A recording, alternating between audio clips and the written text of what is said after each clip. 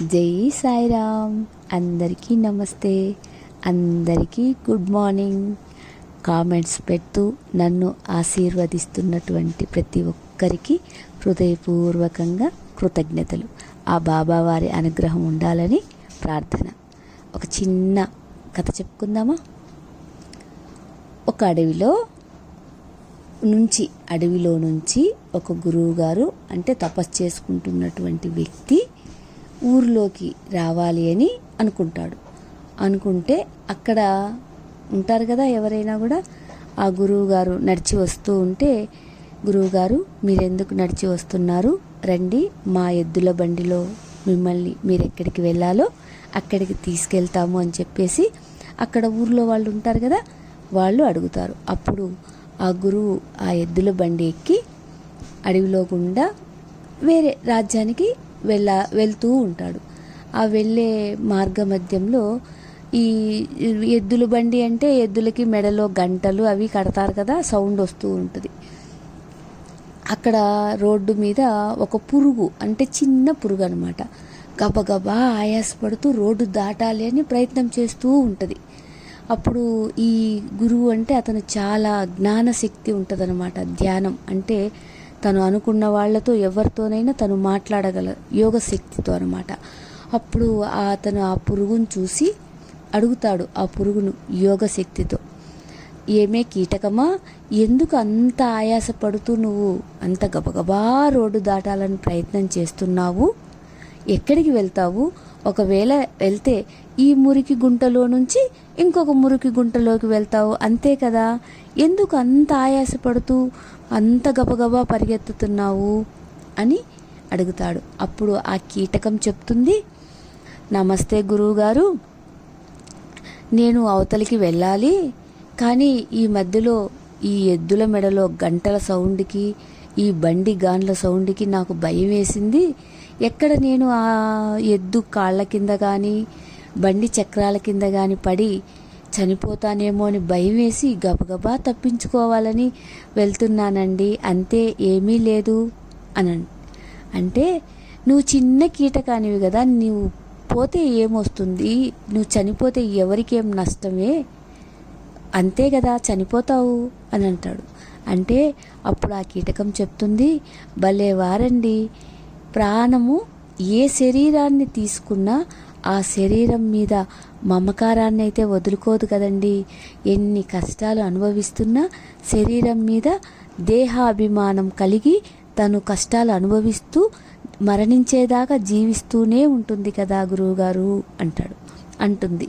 అప్పుడు ఆ గురువుగారు అంటాడు, సరే అయితే నేను నీకు ఉత్తమ జన్మను ప్రసాదిస్తాను, నువ్వు ఎన్ని జన్మలైతే ఎత్తుతావో అన్ని జన్మలకు నేను నీకు మోక్షాన్ని ఇస్తూ ఆఖరి జన్మ బ్రాహ్మణ జన్మ ఎత్తేంత వరకు నేను నిన్ను చంపుతాను, మళ్ళీ పుట్టిస్తాను, ఓకేనా అంటాడు.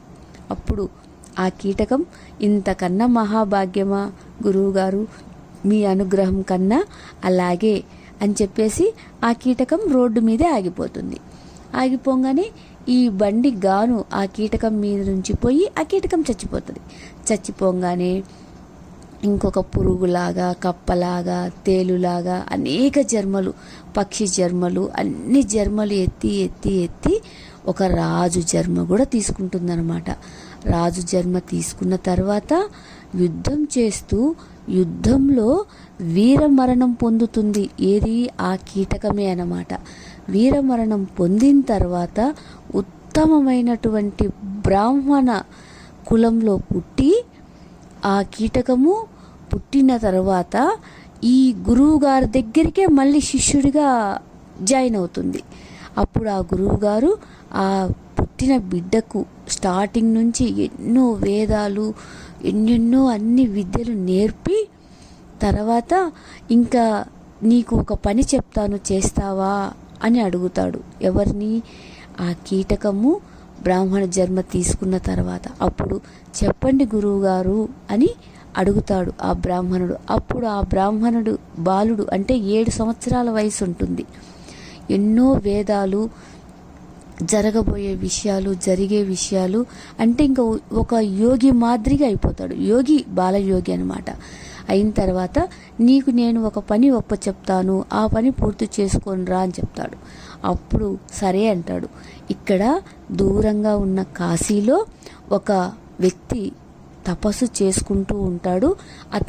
అతని దగ్గరికి వెళ్ళి నీవు అతని సందేహాన్ని తీర్చు అని చెప్తారు. ఆజ్ఞ గురువుగారు అని చెప్పేసి తన యోగ శక్తి ద్వారానే అతను కాశీకి వెళ్తాడు. కాశీకి వెళ్ళంగానే అక్కడ తపస్సు చేస్తుంటాడు కదా ఒక వ్యక్తి. ఆ వ్యక్తి తన యోగ శక్తి ద్వారానే తనకు గౌరవమైనటువంటి ఆహ్వానం పలికి తనని గౌరవిస్తారు. ఈ తపస్సు చేసేటటువంటి వ్యక్తి వయసు 60 సంవత్సరాలైతే ఈ బాలయోగి వయసు 7 సంవత్సరాలన్నమాట. అప్పుడు అడుగుతాడు, మీ దర్శన భాగ్యం ఏమిటి అని అడుగుతారు.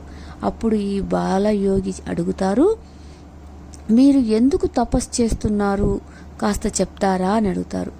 ఏమీ లేదు గురు అంటే బాలయోగి గారు, మానవులు పాపాలు చేసిన వాళ్ళందరేమో చాలా ఆనందంగా ఉంటున్నారు. పుణ్యాలు చేసిన వారికి ఎందుకు కష్టాలు అనుభవిస్తున్నారు, కష్టాలు పడుతున్నారు, ఇదే నా సందేహం. దీని మీద నేను తపస్సు చేస్తున్నాను అని చెప్పేసి ఆ బాలయోగిని అడుగుతారనమాట. అప్పుడు ఈ బాలయోగి చెప్తారు, వాళ్ళు సుఖం అనుభవించట్లేదు, పోయిన జన్మలో చేసుకున్న పుణ్యాన్ని ఈ జన్మలో ఖర్చు పెట్టుకుంటున్నారు, అంటే అయిపించుకుంటున్నారు. పోయిన జన్మలో చేసుకున్న పుణ్యాన్ని ఈ జన్మలో తీసేసుకుంటున్నారు.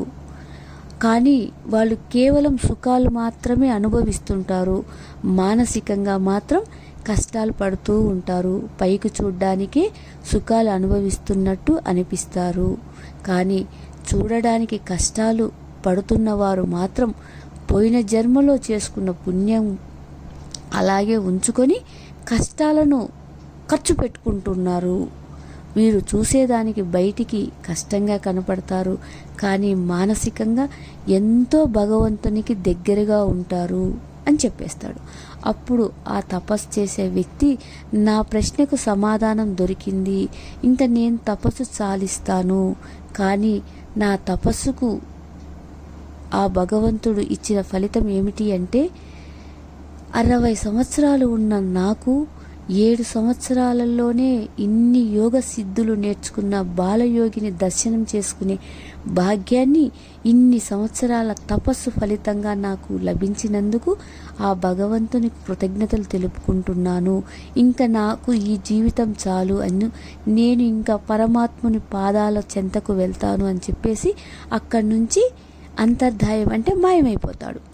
ఈ బాలయోగి కూడా తను తీసుకున్న జన్మకు సార్థకత వచ్చింది కాబట్టి మళ్ళీ తన గురువు గారి దగ్గరికి వెళ్ళి తను శాశ్వతంగా తన గురువు ఆజ్ఞతో సెలవు తీసుకుంటాడు.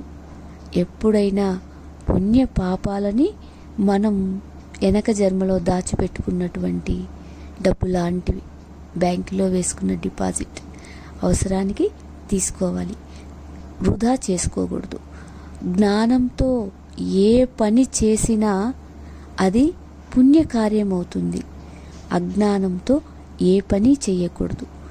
మనం చేసే పనికి, ప్రతి ఒక్క పనికి భగవంతుని నామాన్ని జోడించి చేస్తే ప్రతి ఒక్కటి భగవంతుని ప్రీతికరమైనటువంటి కర్మ అవుతుంది.